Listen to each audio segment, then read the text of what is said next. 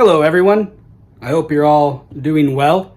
So this video has been a long time in the coming. One of the most viewed and most popular videos by far on my old YouTube channel was the home library tour that I filmed.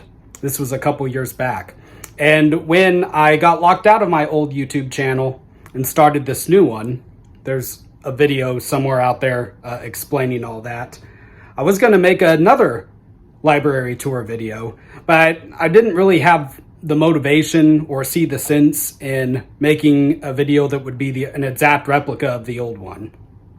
But a couple years have passed now, and my home library has grown pretty extensively since then. It actually bleeds out into my bedroom at this point. And so I figured that now was a good time to do another library tour, since everybody seemed to really like the old one. So I hope you enjoy. I'll try to keep the video short, but there's a lot of books to get through. So let's get started. Okay, so here we are in the library. Should look familiar from the old video.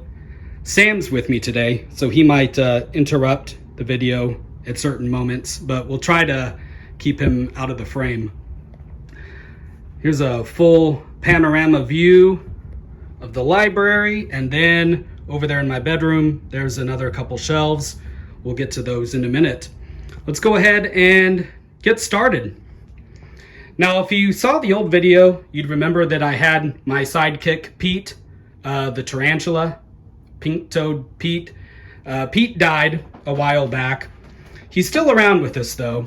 I have him preserved in a jar of alcohol here.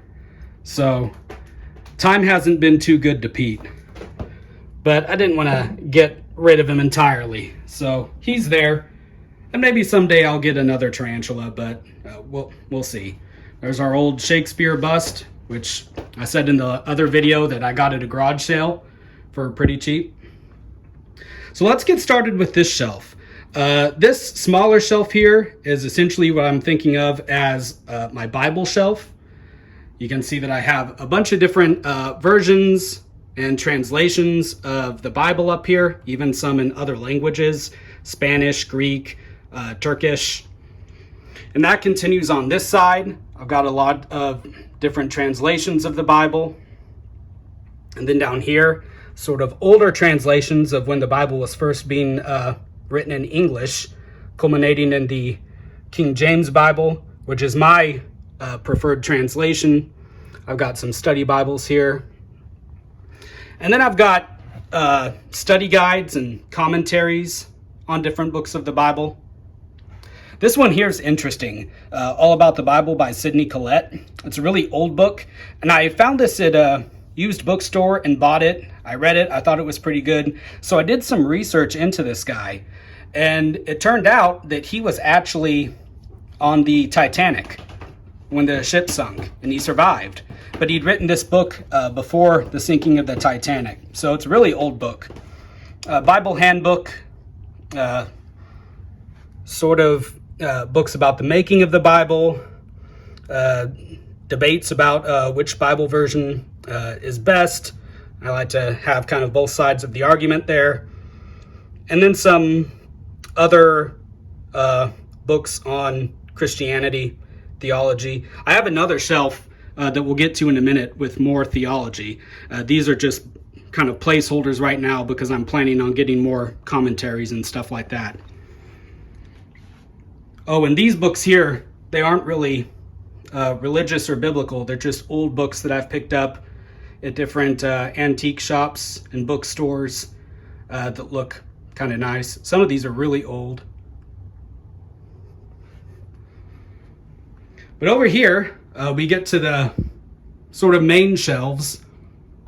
We start with the ancient Greeks. Again, organizing my library chronologically wasn't my idea. It was something that I picked up from the library tour of Wes Callahan, which you can also find on YouTube still. It's a really good video. I'd recommend checking it out. But my books are arranged chronologically, starting with like the ancient Greeks and then panning over into books that were written in the modern period. So we start with the Greeks, and you can see here I have almost a whole shelf of Homer. Different translations because, again, like with the Bible, Homer's great epics, the Iliad and the Odyssey, were written in Greek. So unless you can read Greek, you have to read a translation. You're not going to be able to get the original text, although I do have parts of the original Iliad in Greek here. So I get different translations just to see the different ways that people have interpreted the text. I really like, if you want to get into the Iliad and the Odyssey, and you should, because they're sort of the foundational texts for Western literature, creative fiction. I really like the translations by Peter Green or the translations by Richmond Lattimore. These ones are a little bit more literal from the Greek. So he tries to preserve the meter of the stanzas of the poetry. It can be a little difficult to understand, as opposed to translations that are more loose and try to give a more try to give the story in more of a modern language, kind of like Fagles, although Fagles is good too. But I think that Peter Green's translations are a good balance between the two. Adherence to the original and comprehension, readability for the modern reader.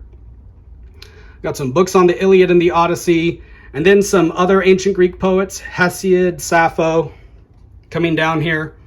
And then we get into the Greek playwrights, the Greek tragedians, and the comedians, Aristophanes. This is a really good set of all the different Greek tragedians' plays. They wrote so much, and only very little of it has been preserved down to today, but they're all here. More poetry. Then we get into Greek history. The two big Greek historians were Herodotus and Thucydides. Got two different translations of them. Xenophon was pretty important too. Then we get into Greek philosophy. I've got Plato, Aristotle, some books on Plato and Aristotle. And then I got some books, just general books on ancient Greece. So I have a reference point when I'm reading the historical texts about where they fell in history, what impact they had, all that stuff. So those are my Greek books, ancient Greece. And that takes us up to the ancient Romans. And I start here with the great Roman epic, the Aeneid. Virgil wrote the Aeneid, kind of taking his cue from Homer, writing the Iliad and the Odyssey. So if the Iliad and the Odyssey are the foundational texts for understanding ancient Greek thought and culture, the Aeneid serves in a similar manner to understanding the ancient Romans. And so I got a bunch of different translations of the Aeneid and more ancient Roman poetry, Ovid, lesser known writers, Lucretius. This actually, Lucretius wasn't a fiction writer. He was writing on philosophy and nature, but he wrote all of his ideas in poetic form, an epic poet form. I really like the Pharsalia by the poet Lucan. It's unfinished because at the time Lucan was writing, the Roman Emperor Nero was in charge. And Lucan, you've probably heard stories about Nero, not the most moral or sane man to ever live, let alone rule an empire. But Lucan got caught up in a conspiracy to have Nero assassinated. And when it didn't work out, Lucan died. He killed himself to avoid harsher penalties. So the Pharsalia is unfinished. But this is an epic poem about the Roman Civil War between Julius Caesar and Pompey the Great. And I feel like it's not talked about as much as it should because it's really good. Now getting into Roman history. Livy is one of the main Roman historians, as is Tacitus and Plutarch. Plutarch's lives are cool because he basically writes a chapter on a famous Greek figure from history and then writes a chapter on a similar Roman figure from history, and he compares the two. He does kind of a comparative analysis between, say, Julius Caesar and Alexander the Great. Then I got a lot of Caesar's works here too. A lot of people don't know, but Julius Caesar actually wrote, you could almost think of them as memoirs, but before he was assassinated, he wrote about his time in Gaul, which is in modern-day France. He also wrote about the civil war that he had with Pompey. This is a really old edition of Caesar's Gallic Wars. Down here I've got more Roman history, but also getting into the Roman philosophers. Cicero is the big one. I really appreciate Cicero. I need to get more works by him, I think. Coming up into the 200s AD, sort of the golden age of Rome, and then some contemporary histories on Rome. Josephus was the great, I think, first century Jewish historian. So he was writing about the history of the Jews, and then about the sack of Jerusalem under the Roman general Titus, who later on went on to become emperor. Then I get into the early church writings. Eusebius is an early church historian. He kind of charts the growth of Christianity from the time of the Gospels up to the time of Constantine the Great. Let me come up here to our next shelf. More early church writings. Not biblical writers, but people will say the early church fathers, right? So people who are commenting, interpreting the Bible, figuring out how Christianity is going to look practically, how Christians should function in the Roman world. I got a lot of Augustine up here, because Augustine is one of the most well-known and most influential of the early church writers. The Confessions is really good. The City of God is really good, but it's really dense. Not really in terms of being able to understand it, but it's just really long. So if you read the City of God, I recommend it. It's good, but schedule out some time for yourself because it'll take a while. We're coming up to the collapse of the Roman Empire here, where monastic life is becoming a thing. Gregory the Great wrote a book of pastoral rule for essentially how a priest or a preacher, whoever, should oversee the flock. Some accounts of life in the monasteries and abbeys. Then I got some medieval historians here. Coming down. Now we're getting into medieval fiction, epics. So Beowulf is a big one. I first read Beowulf when I was in high school, when I was a senior in high school, in my English class. Loved it. I could almost say that it is what got me started on my journey of reading old books, the classic texts. Tolkien, who wrote The Lord of the Rings, he did a translation of Beowulf, which is pretty good. This one's probably my favorite one, Seamus Heaney's translation. Now I say translation, and you might be puzzled because Beowulf is written in English, so why would you need a translation of it? Well, Beowulf is written in Old English, right? And if you've ever seen Old English, it is not the same as our current English. Let me give you an example of what I mean here real quick.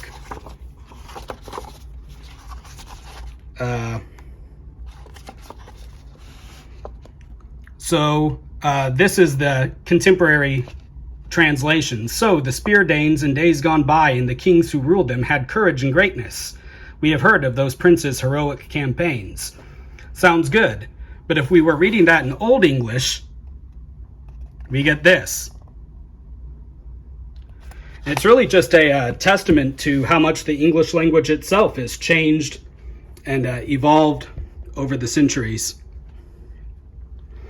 Books on some of the great figures of the medieval period, Alfred the Great, Charlemagne.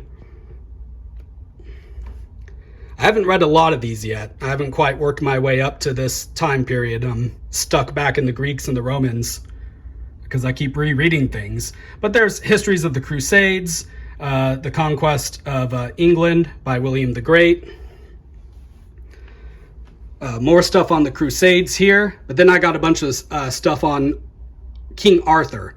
I really like King Arthur. I have since I was a kid. So I've got medieval chronicles, histories that were sort of the earliest references to King Arthur, and then I got some modern fiction on him as well.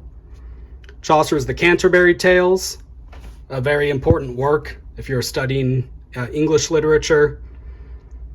I got some of the philosophy of the Middle Ages, Anselm, Thomas Aquinas, the letters of Abelard and Heloise. I think that's how you pronounce her name. They have kind of an interesting story.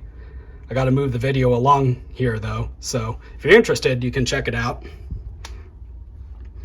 Got some writings from Italy, the medieval Italians, most notably Dante here, who wrote the Divine Comedy, which is really good. I recommend reading that. As far as translations of those go, I really like Dorothy Sayers, her translation, but they're all good. And here, as we're getting up to the early modern period, I haven't read a lot of these, but I wanted a lot of first-hand sources on the great explorations, the voyages that took place, where people are circumnavigating the globe, figuring out what the world looks like. So I've got some writings, some accounts from James Cook, from Christopher Columbus, John Mandeville, Walter Raleigh, all the great explorers. Then I got history books on the medieval period, contemporary history books coming down through here. Lots of that. I got some writings from the Protestant Reformation, some of the big names coming out of there, Martin Luther, John Calvin, Erasmus. And now we're getting into the Elizabethan era, which is most well known for William Shakespeare, although there are some other writers there too, Christopher Marlowe, a contemporary of Shakespeare's, being one of them. But that picks up all the way up here, and I've got a lot of Shakespeare. I'm a big Shakespeare fan. Students of mine who've taken classes with me in the past know that I'm a big Shakespeare nerd. They say that he's the greatest English writer, and I think that's debatable, but it's fair. You can make a good case for that. People today don't really read Shakespeare because the language is difficult. It can be frustrating, but if you take the time and try to understand what he's saying, you pick up on the language pretty quickly. And he has a lot of important things to say about life, about human nature, about philosophy, and it's all through drama. So it's more fun to read, in my opinion, than some more dry academic works on philosophy. More contemporaries of Shakespeare. I got some writings of Queen Elizabeth I herself. The first, not the second. The second just died a couple years ago. She wasn't that old, but she was pretty old. This was Queen Elizabeth I. Let me see here. I would say that, well, he's not really a dramatist. Sorry, I was getting Sam off of something here. But John Milton wrote Paradise Lost. He's, I would say, maybe the second most important English poet after Shakespeare. John Milton is really worth reading. Paradise Lost will probably be the hardest thing you've ever read. It was for me, but it's worth it. Got some writings of the Puritans.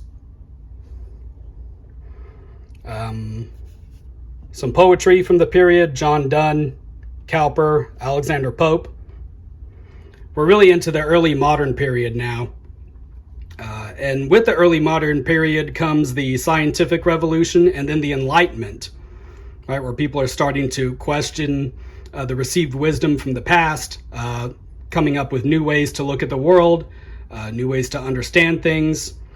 So we got Galileo, and then we got a lot of the Enlightenment philosophers, Descartes, David Hume. More down here. Nietzsche isn't really an Enlightenment philosopher. I don't know if people would classify him with the Enlightenment thinkers. He's a little bit later. But a lot of what they're saying kind of culminates with Nietzsche. And by that I mean, like, I'm not sure these guys would agree with each other, but the Enlightenment was sort of undermining the faith that the common man had in Christianity. Not even intentionally sometimes, but it was undermining it. And Nietzsche comes along and kind of just completely rejects Christianity, plus the notions of Western morality that Christianity had helped to build. And now we're getting towards the late 1700s. So we have the American Revolution taking place. I got a lot of documents from the Founding Fathers, the Federalist Papers, the Anti-Federalist Papers, and a lot of history books on different figures in the American Revolution. That's one of my favorite time periods to read about, which is why I have so much here. I've got a lot of books on Thomas Jefferson and other people like Ben Franklin, John Adams, George Washington. So there's a bunch of that.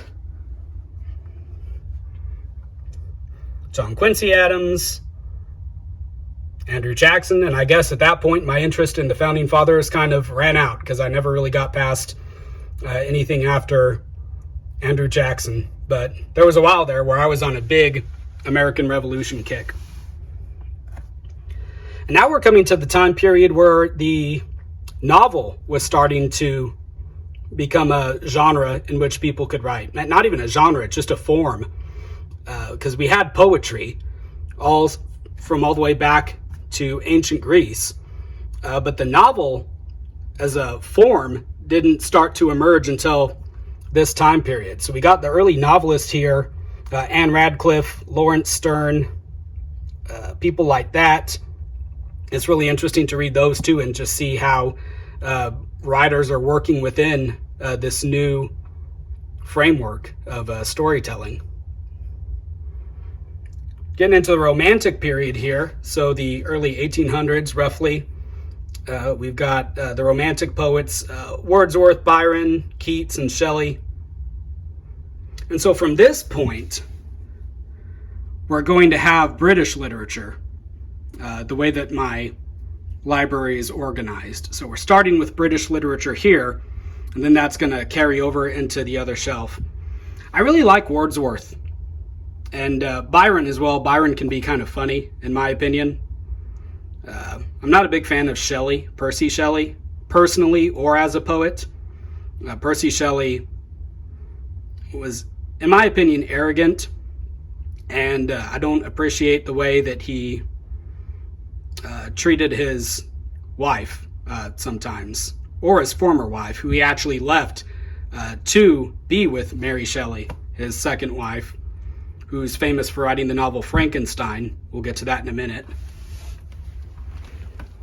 Okay, so got my desk here, got my Bible, I got some dictionaries down there. I got my book, the first part of it, The Winthrop Angel, which a lot of my past videos, most recent videos have been about. So if you haven't picked that up yet, it's on Amazon. Check it out. Okay, and here we are. We're still with British literature. We got Jane Austen, one of my favorite novelists. I've got a lot of her works, most of her works, maybe all of them. But then also the Bronte sisters, Charlotte, Emily, and Anne. Emily Bronte is one of my favorite writers. I think Wuthering Heights is an amazing book. It's a shame that she died young before she could write more. Her sister Charlotte wrote a couple different things. Jane Eyre is probably the most famous. But Wuthering Heights is a masterpiece. And I wish she'd lived to write more. But the Brontes died young. Anne died pretty young too. We got Frankenstein, as I mentioned earlier, written by Mary Shelley. I got a lot of videos up on my channel covering that. And here we're starting Charles Dickens. I have everything that Dickens wrote, for the most part.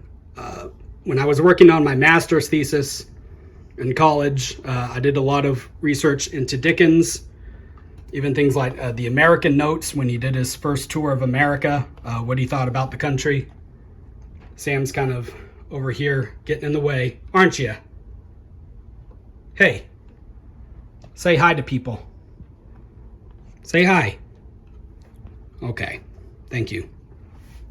So there's more Dickens here. So we've got lots of Dickens, biographies on Dickens, and then some of the other Victorian era writers, George Eliot, Elizabeth Gaskell. And then I also have all the works of Thomas Hardy, the novelist, because like with Dickens, I was working with Hardy for my thesis, and I wanted a bunch of what he said. More Victorian era, which is roughly like the 19th century, if you're confused by that. But more Victorian era novels. Dracula, I teach Dracula in Monsters as Metaphors, one of my classes that I offer through Kepler Education. Oscar Wilde, The Jungle Book. More writings, Victorian era poets, Tennyson, Browning, Christina Rossetti. Some of the political thought that was taking place at the time, Marx and Engels, Charles Darwin coming into play around there. And now we're getting up into the 20th century, but we're sticking with the British here. Virginia Woolf, James Joyce. I'm not a fan of James Joyce. I think I talked about that in the last library tour that I did. But then we have Tolkien, The Lord of the Rings, and some of his other writings, books that his son wrote about the process that he went through writing The Lord of the Rings and the Silmarillion, The Shaping of Middle-earth. I've got almost a whole shelf on Tolkien. And then some stuff about his life, his letters, some biographies. And we got to keep C.S. Lewis next to his friend, right? They were friends, so I got Tolkien there, and then we got C.S. Lewis here, Chronicles of Narnia, the Space Trilogy, Till We Have Faces, his three sort of major works, then a lot of his other writings too. Some of his poems are really good. God in the Dock. This is a first edition, English literature in the 16th century that he wrote. And I wouldn't have bought the first edition because it was expensive, but it was the only one I could find, so there it is. And then I see it at Barnes & Noble like 2 weeks later, a reprint of it, and it's out and available now. But when I was looking for it, I couldn't find it anywhere. More C.S. Lewis, G.K. Chesterton, Dorothy Sayers, who did the translation for The Divine Comedy that I recommended, but she also wrote her own novels, mystery novels, that are pretty good. George Orwell, William Golding. And so here's where my British literature ends, and here's where the French literature begins. So I got a lot of French literature too. Rousseau, Baudelaire. Oh, hang on. That was Sam making a mess of things, as always. He jumped up onto my computer. I was afraid he was going to knock it down. That was exciting. So anyway, back to the books. French writings, Jules Verne. I haven't read a lot of these. I haven't really gotten to them yet. But I have read a lot of this. So here's some stuff on Victor Hugo, and that carries up onto this shelf, where I have almost a shelf and a half of Victor Hugo's writings. But the only reason there's so many is because I have so many different translations of Les Miserables. Les Mis is my favorite book. It's my favorite novel. And the musical is really good too. If you don't really have time to read the whole book, you can go check out the musical. It's good, but the book is great. This is probably my favorite translation of Les Mis by Charles Wilbur. He also wrote The Hunchback of Notre Dame, which is pretty well known. More Victor Hugo stuff. Love letters of Victor Hugo. This, kind of like with Dickens, he didn't really mean for them to become public, but his wife, these were letters that he'd written to his wife that she published after he died. And we start Russian literature about here. So I've got a bunch of Russian authors. Tolstoy is probably one of the most well-known Russian writers, in addition to Dostoevsky. And I think I kind of prefer Dostoevsky to Tolstoy, but they're both really good. Anna Karenina is really good. But here's my Dostoevsky shelf. I've taught Crime and Punishment in different classes, and the Brothers Karamazov. The Possessed is good. They're all good, right? So there's no reason to point out one that's better than any other. But I got stuff of Dostoevsky, and then more Russian writers here, coming up to Alexander Solzhenitsyn, who was writing during the time that the Soviet Union was in charge in Russia. And here's where the Americans start. So I got a lot of the American novelists, Herman Melville, Moby Dick, which good luck reading that. I mean, you can, but I don't really appreciate the way that he dumps encyclopedic knowledge about whales sporadically throughout the narrative. Nathaniel Hawthorne, Edgar Allan Poe. I got some Mark Twain. And then some pioneer literature. The Little House on the Prairie series were one of the first book series that I ever read. Actually, my mom read them to me because I was still too young to read on my own. So I have a fondness for the Little House books. But Willa Cather, My Antonia is another sort of pioneer novel, which I was actually on C-SPAN talking about My Antonia, which was kind of cool. They contacted me. I was like, cool, I get to go on C-SPAN. Everybody knows that's the most exciting channel on television. Some of the American poets. Some stuff about slavery. Booker T. Washington's Up from Slavery. I really like that book. I think he has a unique perspective. T.S. Eliot. Flannery O'Connor. I could talk about some of these a lot longer, but I'm trying to keep the video relatively short. The Great Gatsby, F. Scott Fitzgerald, Hemingway. This is a first edition. I haven't read it yet, but the note on it said first edition, which was why it was kind of expensive. More American literature here. And at this point, we come to the end of American literature. We're up to modern day. And so the library stops going chronologically, and now it's just organized according to topics. So here I have theology, Christianity, history of Christianity, some works on apologetics, and some books on creationism versus evolution. More stuff here. I've got some books on Catholicism that are kind of pro-Catholicism and then kind of critiques of Catholicism. Got the Catechism of the Catholic Church there. And here I have other religions, other systems. I got Confucius here. I've got the Quran. I've got some books on Islam. I plan on getting more in this section. I'd like to fill out a shelf of other religions and writings about them.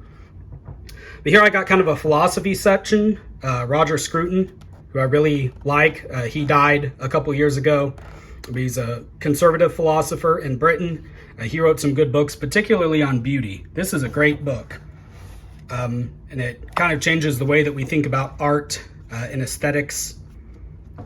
There's almost a moral way of looking at things that you wouldn't think of as being a moral issue right off the bat.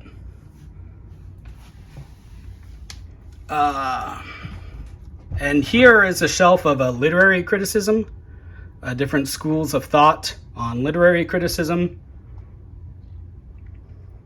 and some books on language as well. Got a Greek dictionary, an Italian dictionary, German, and that carries down here to some books on linguistics that I have. I took a linguistics class in grad school.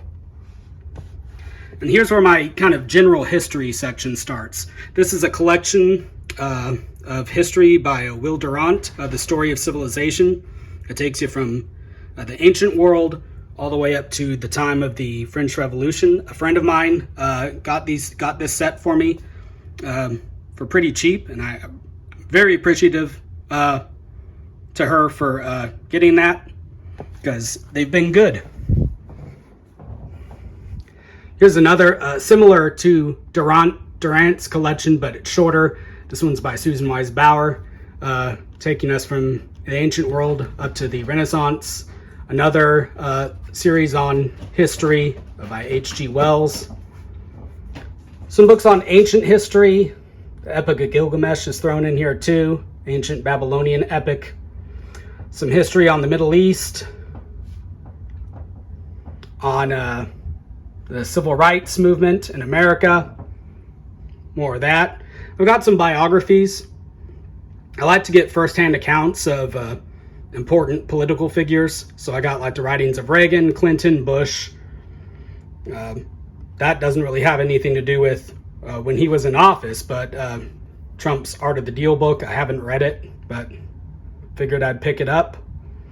Got some contemporary books on just cultural issues, kind of from the left and from the right. I like to have kind of a balanced perspective on things. Jordan Peterson books. I like this one in particular. Got some good advice in it. Then I have some books on mythology, and it kind of blends into psychology here, because Carl Jung was writing a lot about like the archetypes that show up in ancient myths. So I got Carl Jung, Joseph Campbell, a bunch of books of his. He was the guy that inspired George Lucas when George Lucas was making these Star Wars movies, talking about the hero's journey and things like that. Here's books on writing and books on the digital humanities, how writing and sometimes even thinking has changed in the era of the digital revolution. And here's my science section. My books on science start. I got Science About the Brain. This one's obviously, these two are kind of out of place. Don't really have anything to do with science, but I didn't have any other place to put them. I've got all my math books that I saved from college for some reason, in case I ever get a wild urge to do math for fun. I probably won't.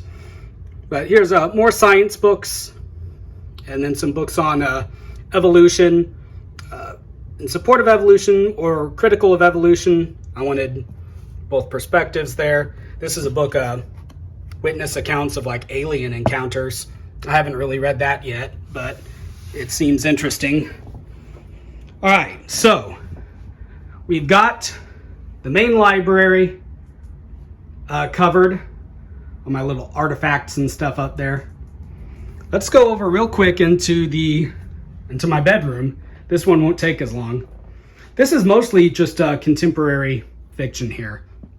Harry Potter, Anne of Green Gables, other series that I've liked, fantasy books, vampire fiction. I really like Anne Rice. I think she's a terrific writer. Not really school or PG appropriate or anything, but she's good. More fantasy here, vampire stuff, Game of Thrones, which is never going to be completed, some steampunk fantasy,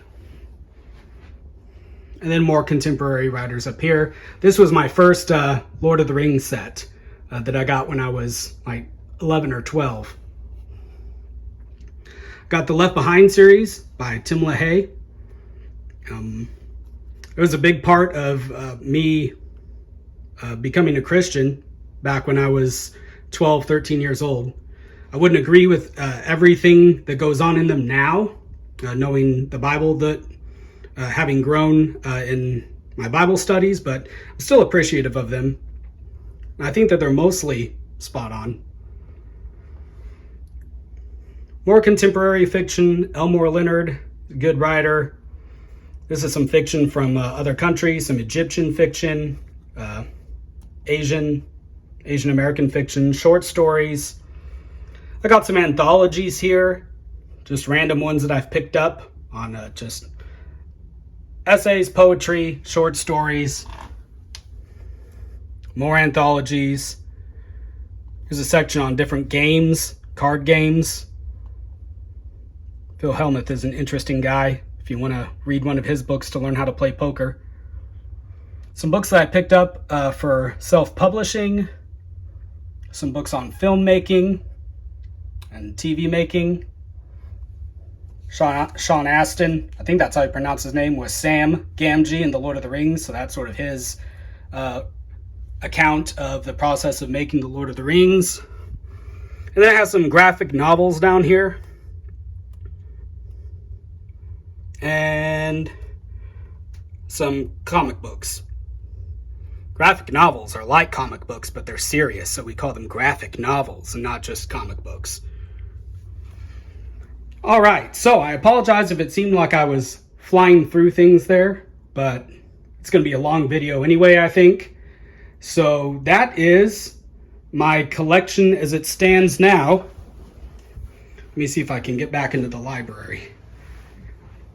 I don't know why we could end the video here, but yeah, and I got some space there. There's some wiggle room for me to pick up a couple more books, but you can never have enough. This was going to be like where I would sit to read, but Sam has kind of claimed that chair for his own. You can see all the hair there. Thanks a lot, buddy. So I mostly just sit at my desk and read. But that is it. I think I showed this in the last video, but this is like a bronze statue of Leonidas, the Greek general from the Battle of Thermopylae. It's pretty cool. Okay, so I hope you guys enjoyed this video. Stay tuned for maybe another library tour update and for updates on the Winthrop Angel. Thank you.